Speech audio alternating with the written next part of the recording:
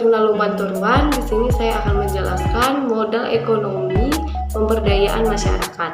Pemberdayaan ekonomi merupakan salah satu program untuk mewujudkan kesejahteraan masyarakat yang bertujuan untuk memotivasi agar masyarakat memiliki kemandirian, kesadaran, dan meningkatkan mutu perekonomian masyarakat. Bagaimana kita memberikan modal ekonomi kepada masyarakat dalam pemberdayaan masyarakat? Yang pertama, kita melakukan pengkajian, melihat kenyataan kondisi penduduk di suatu tempat dan sumber daya yang seharusnya bisa dimanfaatkan. Setelah itu, kita melakukan perencanaan program, yakni mengajak warga untuk mencari solusi atau masalah yang ada dan bagaimana cara menyelesaikannya. Lalu dilanjutkan dengan rencana aksi dari agen perubahan yang menentukan program apa yang kita jalankan dalam suatu daerah itu. Ketika sudah selesai persiapan program, maka tahap aksi akan dijalankan sebagai konkret pemberdayaan masyarakat di daerah itu. Biasanya setelah itu akan ada tahapan evaluasi terkait kegiatan yang sudah dijalankan. Terakhir ada langkah terminasi yang mana proyek tersebut sudah dinyatakan berhenti.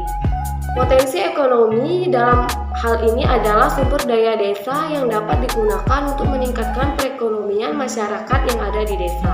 Potensi sumber daya alam yang terbentang luas adalah lahan pertanian dan lahan perkebunan. Hal ini dikarenakan kondisi geografis desa yang berada di dataran rendah.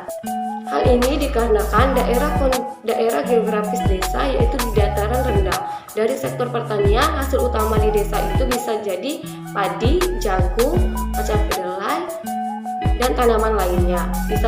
Bisa juga yaitu pohon toga yang bisa dimanfaatkan di desa tersebut. Sektor pariwisata dapat dijadikan potensi ekonomi dalam pembangunan sebuah desa. Dibangunnya sebuah objek wisata seperti wisata air terjun yang ada di desa, sehingga masyarakat ada pemasukan modal ekonomi. Contoh pemberdayaan masyarakat di bidang ekonomi itu ada di sebuah desa di Bengkulu.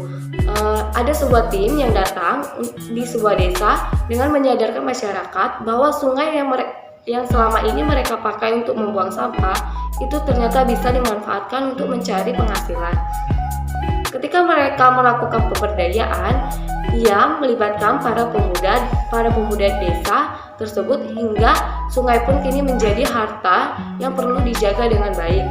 Harta ini sekarang bisa memberikan pendapat tambahan untuk kebutuhan hidup masyarakat setempat. Sungai tidak tercemar dan masyarakat tidak mudah terkena penyakit seperti diare dan terkena malaria atau DBD.